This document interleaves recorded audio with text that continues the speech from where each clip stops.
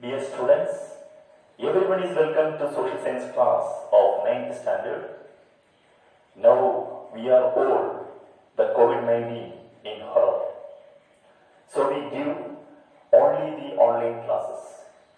Our subject is social science. Does everyone like this subject? Yes or no? Okay, right? But for many students, the subject is less difficult.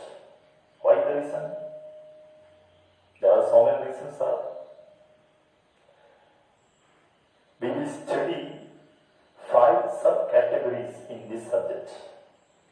Geography, history, sociology, political science, and economics are the 5 subcategories. This is one of the reasons why the subject is less difficult, I think. Anyway, in social science 9th standard we have 2 parts.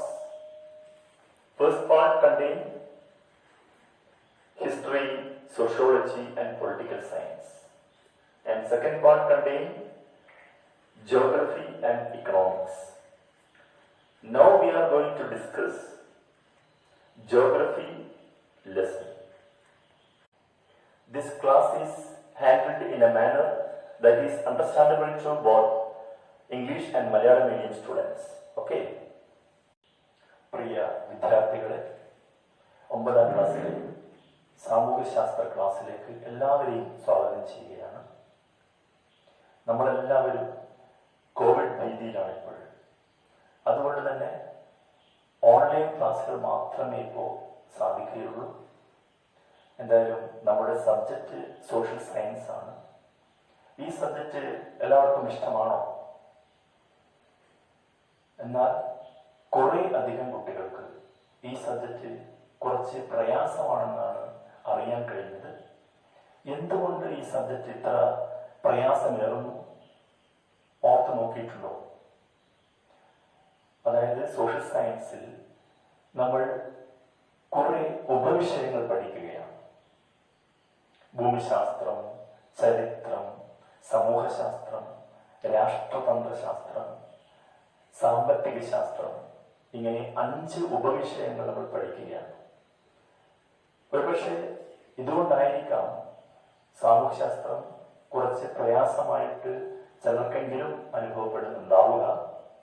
എന്തായാലും നമുക്ക് ഈ പ്രയാസങ്ങളൊക്കെ മറികടന്ന് വേണം സാമൂഹ്യശാസ്ത്ര പഠനത്തെ നമ്മൾ സ്വായത്തമാക്കേണ്ടത്. നമ്മൾ 9ാം ക്ലാസ്സിലെ സാമൂഹ്യശാസ്ത്രം 2 പാർട്ടുകളാക്കി മാറ്റുകയാണ്. 1ാം പാർട്ട്, 2ാം പാർട്ട്.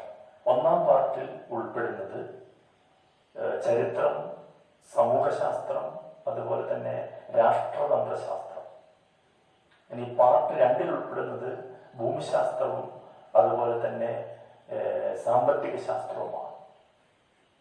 നമ്മൾ ഇന്നിവിടെ ചർച്ച ചെയ്യുന്നത് ഭൂമിശാസ്ത്രത്തിലെ ഒരു പാഠഭാഗമാണ്.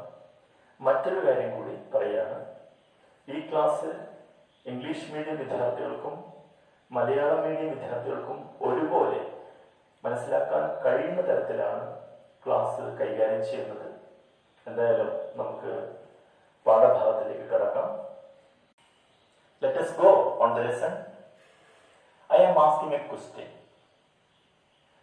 Who gives us heat and light on earth? Very simple question.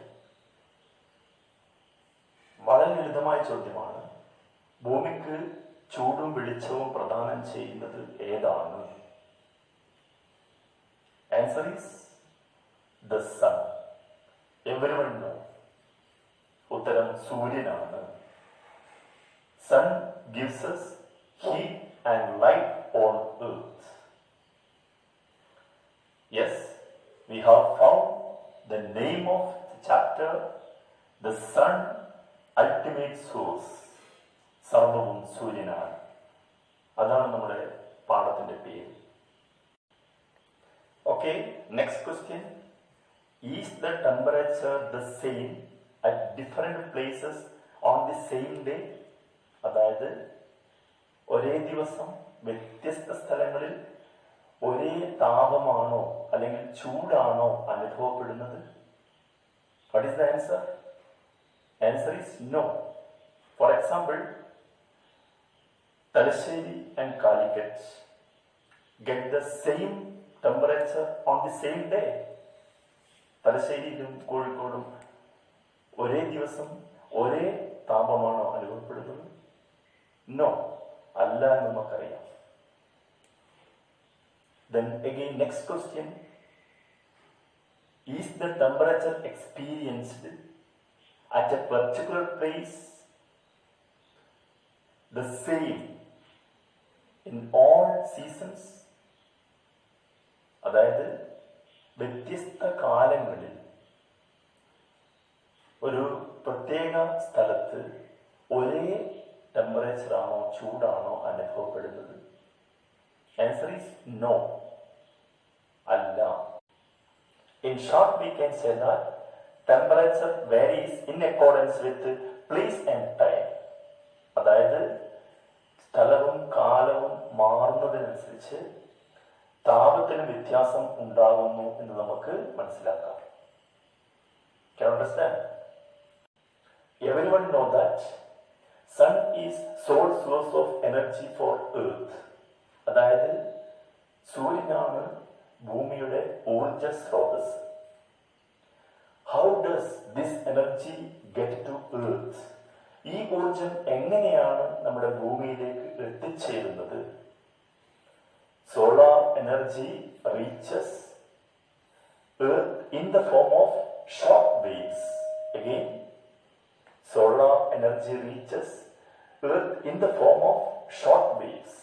അതായത് സൂര്യന്റെ ഊർജം ഭൂമിയിൽ എത്തുന്നത് ചെറു തരംഗ രൂപത്തിലാണ്, ഹ്രസ്വ തരംഗ രൂപത്തിലാണ്. Solar energy reaches earth in the form of shock waves. This energy is called insolation. അതായത് സൂര്യനിൽ നിന്നും ഭൂമിയിലെത്തുന്ന ഈ ഊർജത്തെ നമ്മൾ പറയുന്നത് സൗര വികിരണം അല്ലെങ്കിൽ ഇൻസൊലേഷൻ എന്നാണ്. Let's see. This is the sun. Then this is the earth. Everyone know the sun is sole source of energy for earth. Sun is the sole source of energy for earth. അതായത് ഭൂമിയുടെ ഊർജ സ്രോതസ്സാണ് സൂര്യൻ. നമ്മുടെ ഭൂമിയുടെ ഊർജ സ്രോതസ്സാണ്. How does this energy get to earth? ഈ ഊർജം എങ്ങനെയാണ് നമ്മുടെ ഭൂമിയിൽ എത്തിച്ചേരുന്നത്? The solar energy reaches earth in the form of shock waves. This is the shock waves. Again, solar energy reaches earth in the form of shock waves. This energy is called insolation. This energy is called insolation. Again, solar energy reaches the earth's surface in the form of shock waves. Shock waves. This energy is called insolation. അതായത് സൂര്യനിൽ നിന്നുള്ള ഊർജം ഭൂമിയിൽ എത്തുന്നത് ഹ്രസ്വ തരംഗ രൂപത്തിലാണ്, അല്ലെങ്കിൽ ചെറിയ തരംഗ രൂപത്തിലാണ് ഭൂമിയിൽ എത്തുന്നത്. ഈ ഊർജത്തിന് പറയുന്ന പേരാണ് സൗരവികിരണം അല്ലെങ്കിൽ insulation. Thus, the sun warm to earth from sunrise to sunset. അതായത് സൂര്യോദയം മുതൽ സൂര്യാസ്തമയം വരെ സൗരോർജം ഭൂമിയിലേക്ക് ഇങ്ങനെ പ്രവഹിച്ചുകൊണ്ടേയിരിക്കുകയാണ്. What will happen? അപ്പൊ എന്താ സംഭവിക്കുക? This causes the earth surface to warm. അതായത് ഇങ്ങനെ സൗരോർജം തുടർച്ചയായിട്ട് പ്രവഹിക്കുമ്പോൾ നമ്മുടെ ഭൂമിയുടെ ഉപരിതലം ചൂടാവുന്നു. the heat transferred to the atmosphere. അങ്ങനെ ഈ ചൂട് നമ്മുടെ ഭൂമിയുടെ അന്തരീക്ഷത്തിലേക്ക് പ്രവഹിക്കുന്നു. What is atmosphere?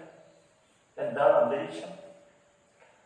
In simple we can say that atmosphere is the gas coating that covers the earth.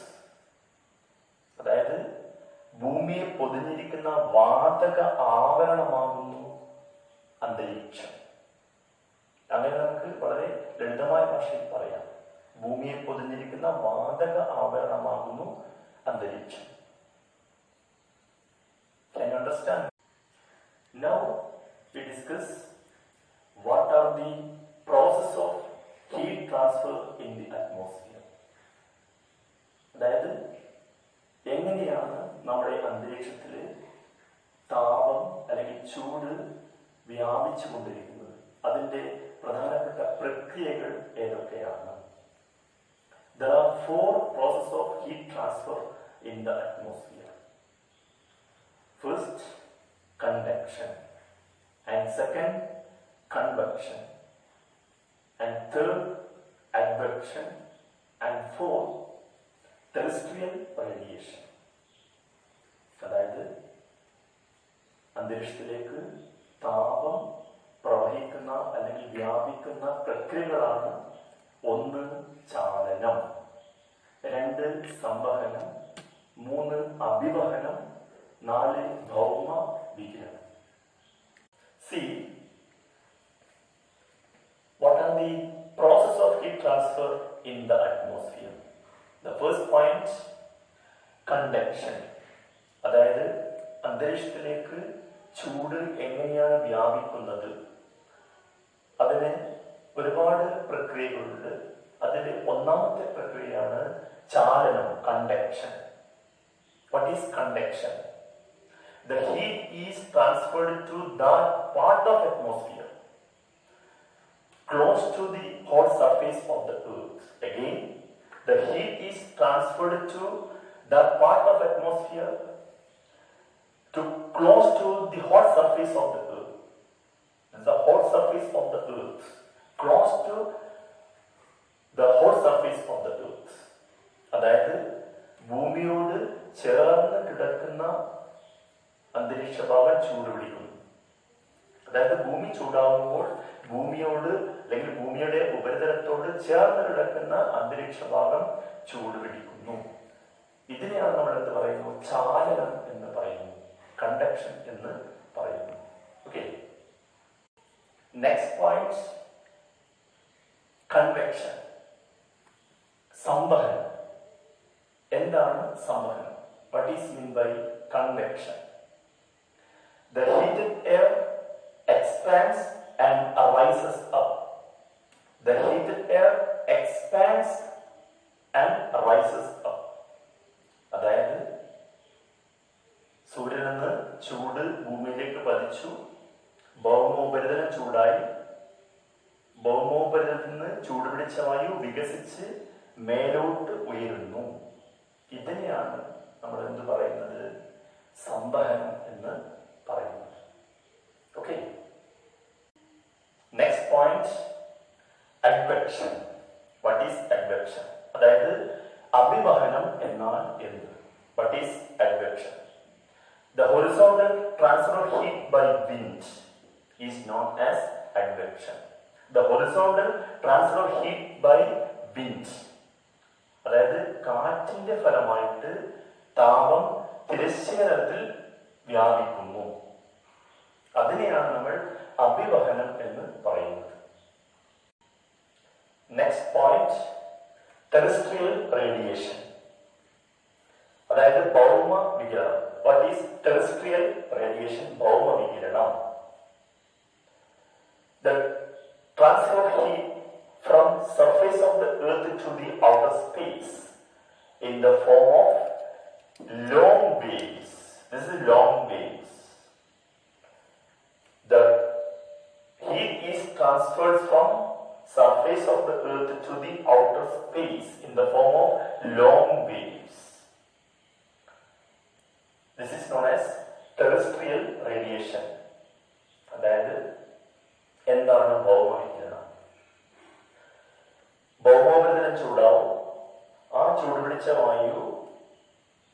ദീർഘതരംഗ രൂപത്തിൽ ശൂന്യാകാശത്തിലേക്ക് തിരിച്ചു പോകും.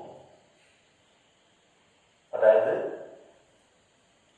ഭൂമി ചൂടാവുമ്പോൾ അല്ലെങ്കിൽ ഭൂമിയുടെ ഉപരിതലം ചൂടാവുമ്പോൾ ആ ചൂട് ദീർഘതരംഗ രൂപത്തിൽ ശൂന്യാകാശത്തിലേക്ക് പോകുന്നു. ഇതിനെയാണ് നമ്മൾ എന്ത് പറയുന്നു? ഭൗമവികിരണം അല്ലെങ്കിൽ ടെറസ്ട്രിയൽ റേഡിയേഷൻ എന്ന് പറയുന്നു.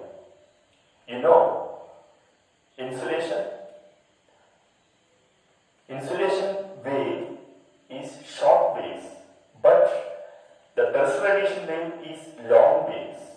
അതായത് നമ്മൾ നേരത്തെ പഠിച്ച സൗരവികിരണം അത് ഹ്രസ്വതരംഗ രൂപത്തിലാണ് എത്തിച്ചേരുന്നത് എങ്കിൽ ഭൗമവികിരണം ദീർഘതരംഗ രൂപത്തിലാണ് ശൂന്യാകാശത്തിലേക്ക് തിരിച്ചു പോകുന്നത്.